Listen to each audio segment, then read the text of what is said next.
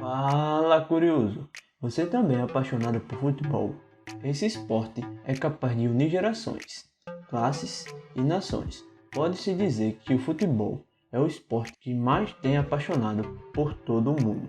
O esporte é tão popular que na época da disputa da famosa Copa do Mundo, as empresas chegam a dispensar os seus funcionários para poderem assistir os jogos. E quando se fala em jogos, mesmo que cada torcedor tenha expectativa de um resultado positivo ao final da partida, os sentimentos superam a maioria dos encantos que envolvem os 90 minutos do jogo. No futebol, todo mundo sabe como começa uma partida, mas ninguém consegue imaginar como ela vai prosseguir e terminar. Cheio de possibilidades e com o poder de levar pessoas a um misto de sentimento entre tristeza, alegria, ansiedade, alívio, num prazo de segundos. O futebol, em sua trajetória, é composto por histórias inusitadas e casos curiosos que nem todo mundo conhece. Por isso, nós do canal O Curioso trouxemos 22 histórias inusitadas de futebol. Mas antes de começar o vídeo, deixa o like e se inscreva no canal. Número 1.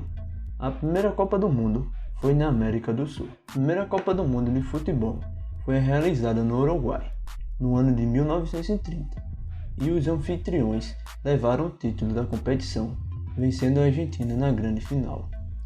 Número 2. Só um país disputou todas as Copas do Mundo. Desde que a Copa do Mundo foi criada em 1930, o Brasil é o único país que participou de todas as edições do Mundial. Além disso, a seleção brasileira é a maior campeã da Copa do Mundo masculina, sendo a única com 5 taças da Copa do Mundo. 3. A camisa da seleção brasileira. O Brasil já atuava com o uniforme canarinho, na cor amarela. Em jogos com a Suíça, as cores repetiram-se e nesse momento foram criadas as camisetas azuis. O novo tom de azul seria a cor do manto da Nossa Senhora Aparecida, a padroeira do Brasil. O primeiro gol do Brasil em Copa do Mundo foi marcado pelo jogador Preguinho contra a Eslovênia em 1930, o primeiro 7-1. A eliminação na Copa do Mundo de 2014, quando perdeu para a Alemanha por 7-1 em Belo Horizonte, é considerado atualmente a grande tragédia do futebol brasileiro. Antes, o maior vexame tinha sido em 1950, quando o Brasil também foi sede do Mundial. A seleção chegou à final contra o Uruguai e o título já era esperado por torcedores e imprensa, mas o Brasil perdeu por 2-1 em pleno Maracanã lotado. A derrota ficou conhecida como Maracanoso. A primeira bola de futebol foi feita de couro curtido, capotão, e a câmara de ar era uma bexiga de boi. Em 1958, a bexiga deu lugar à câmara de ar, de borracha, mas em dias chuvosos, as bolas encharcavam-se, chegando a pesar o dobro. Em 1994, as bolas começaram a ficar mais leves, graças à presença do polímero. O polietileno foi usado como revestimento e nas camadas internas empregou-se o poliestireno, enquanto as camadas eram de látex. 7. Roubaram a taça. O troféu da Copa do Mundo foi usado em duas versões. A taça Jueles, de 1930 a 1970, que levaram o nome do primeiro presidente da FIFA, a entidade que rege o futebol, e o troféu da Copa do Mundo, usado em 1974 até hoje. Nas primeiras edições, a posse definitiva da taça ficaria com o país que conseguisse vencer 3 edições do Mundial, o que aconteceu com o Brasil, após vencer 1958, 1962 e 1970. Depois do tricampeonato do Brasil, a FIFA elaborou uma nova taça, dessa vez sem permitir a entrega definitiva ao vencedor. Em 1983, a Juelense foi roubada no Brasil. Alguns dias depois foi descoberto que ela havia sido derretida. Em 2015, uma parte da taça foi encontrada nos porões da sede da FIFA, em Zurique, na Suíça. A taça da Copa do Mundo possuía ouro 18 quilates e minério de malaquita. Número 8. O número das camisas. As numerações dos uniformes só apareceu em 1933, na Copa do Mundo da Inglaterra. entre Everton e Manchester City. Uma equipe numerou as camisas de 1 a 11 e a outra de 12 a 22. No Brasil, a numeração foi implantada em 1947 e, em 1950, a ideia chegou à Copa do Mundo. A numeração facilitava a identificação dos jogadores para locutor, fotógrafos e etc. Número 9. Não existia cartão até a Copa de 1970. Os árbitros começaram a utilizar cartões a partir de 1970, após uma confusão na Copa do Mundo. Em 1966, a FIFA implantou os cartões amarelo e vermelho. Em um jogo entre Argentina e Inglaterra, o capitão da Argentina contestou a marcação de uma falta com o árbitro alemão. O juiz considerou a reclamação antissitosa e expulsou o argentino. Usou gestos para indicar que o jogador havia sido expulso, mas o argentino não entendeu e negou-se a sair do campo. Inspirado nas cores do semáforo amarelo para reduzir a velocidade e vermelho para parar, o chefe da arbitragem da Copa de 1970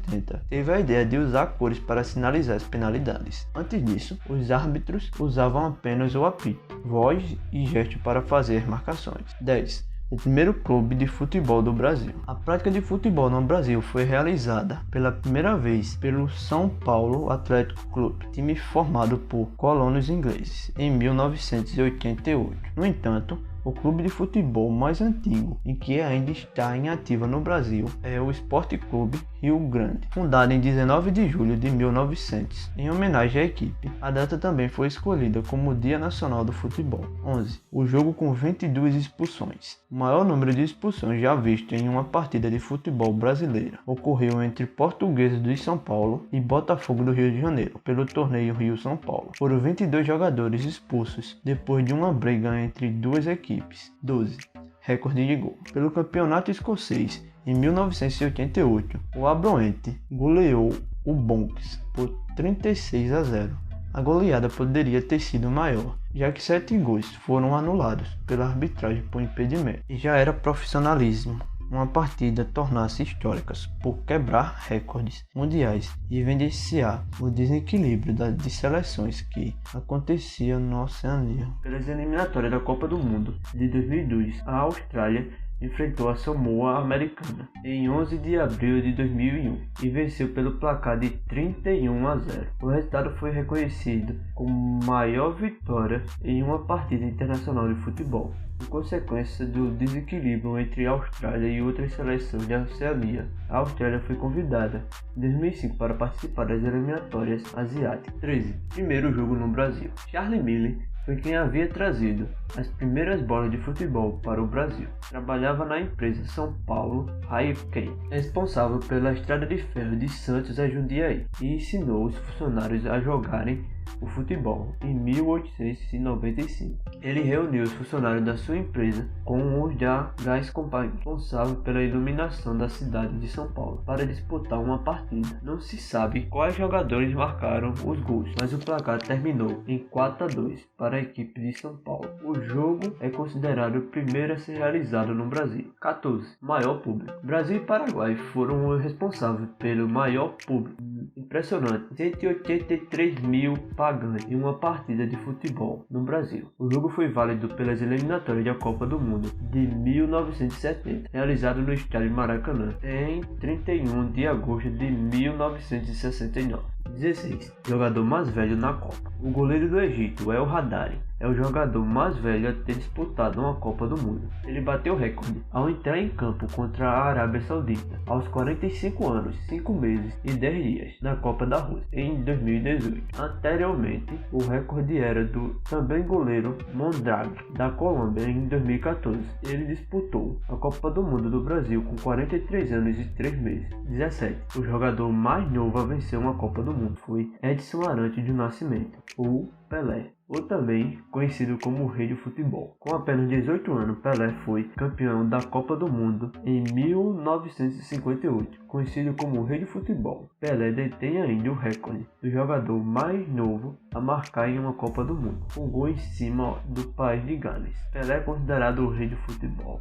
18. Rainha do Futebol. Se o Rei do Futebol é brasileiro, a rainha também é. A maior jogadora de futebol é a brasileira Marta, eleita a melhor do mundo por 6 vezes. Ela e o argentino Messi são os jogadores mais vezes eleitos os melhores do mundo. 19. Água batizada. Um dos casos mais famosos de rivalidade entre seleções aconteceu com o Brasil e a Argentina nas oitavas de finais da Copa do Mundo de 1990. Durante as partidas entre as equipes, o jogador brasileiro branco teria aceitado uma água do técnico argentino, que segundo o jogador Maradona continha sonífero. Pernas tortas. Considerado um dos melhores dribladores de todos os tempos, Garrincha tinha a coluna deformada, pernas arqueadas e uma perna com 6 centímetros maior do que a outra. O juiz fugiu. Na Copa do Mundo de 1962, no Chile, o Brasil jogou uma semifinal contra a seleção sede. Garrincha foi expulso depois de uma falta grave